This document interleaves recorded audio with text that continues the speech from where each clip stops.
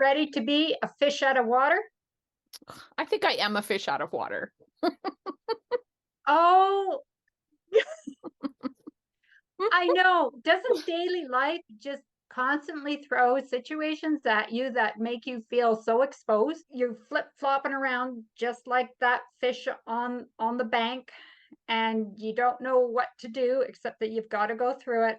The fish out of water trope is, I think, one of the most real tropes in the sense that anybody can relate to it, because I don't know how you're going to get out of life without having been that proverbial hook thrown into you and just pulled and yanked into a different environment that you're forced to deal with.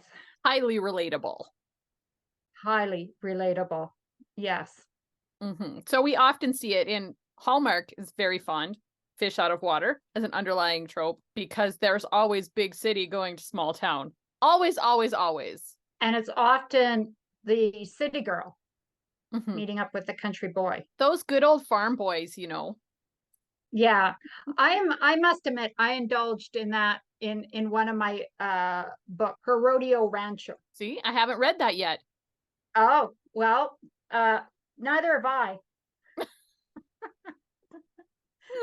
I don't know if I ever did read that one cover to cover, just in chunk. And it's kind of the city girl and the country boy scenario. And there was one scene, of course, where he's teaching her how to ride a horse. And she's always just hated being on horses, having grown up kind of in a small town herself. All her friends were just natural born riders. So she, being a social butterfly, had tried, but it never worked out. Well, he's going to change that all for her, right? The horse unceremoniously knocks her to the ground. He's still willing to give her lessons, and she's absolutely refuses to. And she makes the argument, okay, and it's no fun when my date is correcting me every 10 minutes for the posture of my body. And I know it was so highly relatable, this whole trope, because my editor wrote in the margin, and this is why I don't play tennis with my husband. Because it's true, there's always an incident, because when we're with our other, we want to impress them, we want to make them feel that I am your best option, right? And when you can't match up to what is obviously a passion for them, then you immediately feel worthless, whether or not they are doing anything to promote that idea. Doesn't really matter when you're gripped with that very kind of visceral feeling that you just don't measure up. It's more about your feeling than it is about what they're doing. It's about your insides than the action on the outside. I would agree with that. It also, because it immediately puts you in a situation where you're at your most vulnerable. You're showing to the world your incredible weaknesses. And don't we all spend all of our time trying to mask that? And there you just lie exposed. Immediately, you are in a tough situation and you have to find your way out of it. It's So, your opportunity for growing. yes. If you're a fish out of water, what happens? You sink and die, or you get back in the water and swim, kind of. I don't know if that was a good explanation. Yes. Anyway. And because it's base survival, you find a way to start swimming as fast as possible. And I think if you're in a romantic survival situation, you will find a way to make it work. Or it can also, where it will push you to make a decision in the wrong way. You flop in the wrong direction, so to speak, and just languish. But yes, it is the time for the greatest opportunity for growth. And what happens at the end, if it all works out? Well, you become a fish that doesn't need water to prosper. You become an amphibian. Some kind of conversion evolution process has taken place for sure. That's right. Yes. moving from a fish to an amphibian.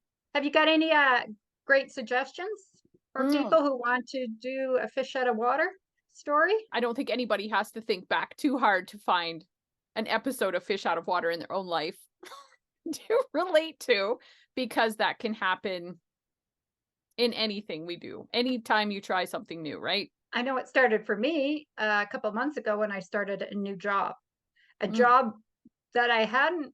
It was only because my name was on a sub list that suddenly they were asking me if I wanted to be a teacher. I felt barely qualified, a sharp learning curve, nearly doubling back on you kind of thing. But I think anybody who has gone into a new career or a new venture, and the ironic thing is that I work with, I teach English as a second language to newcomers.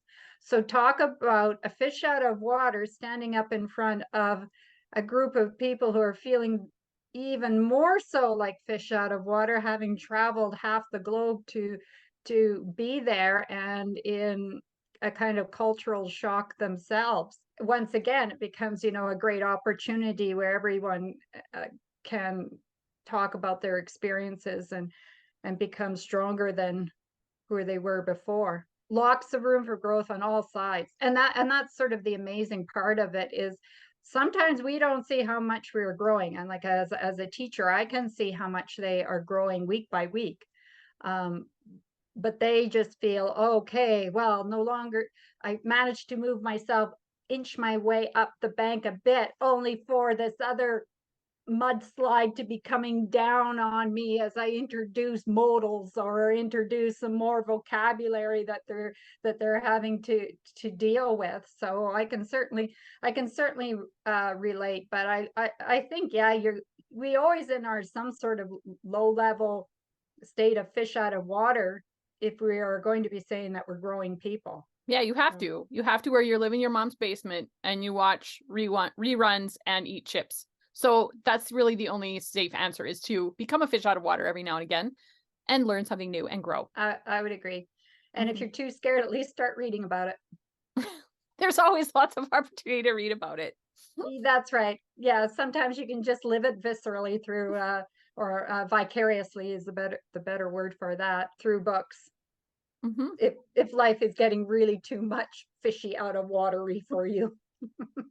Yeah, take a safe step back and read for a little bit. That's a good way to do it. I watched a good Hallmark. It's called Two Tickets to Paradise with Ashley Williams and Ryan Pavey. Don't know how to say his name. Don't know. I forget anyway, it. They're both jilted at the altar on the same day, and she's by different people.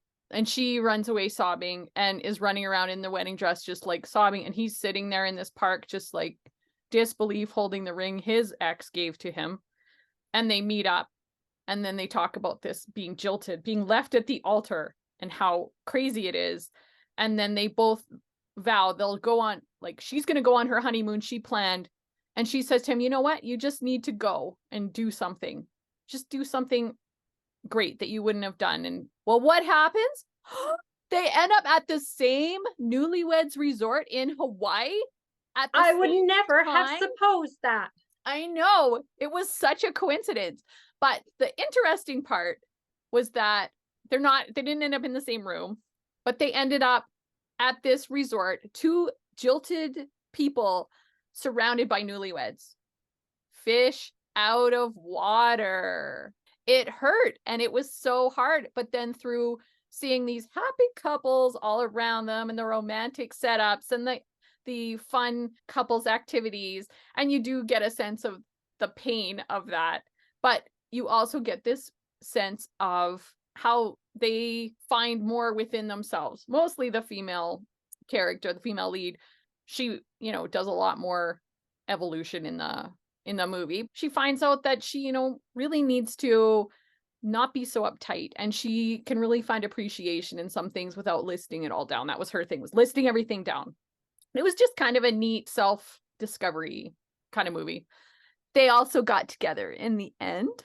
Oh, shoot. Spoiler for me. Yeah, spoiler alert. Spoiler. But anyway, you should watch it. It's very cute. It's a cute movie. I didn't even have too much running complaint commentary when I watched it, and I've watched it twice now. So that's what is really good.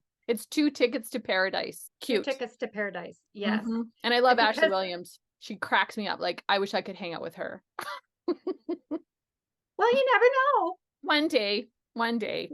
You'll have that fish out of water experience with her, right? Yeah. Another one, like, ah.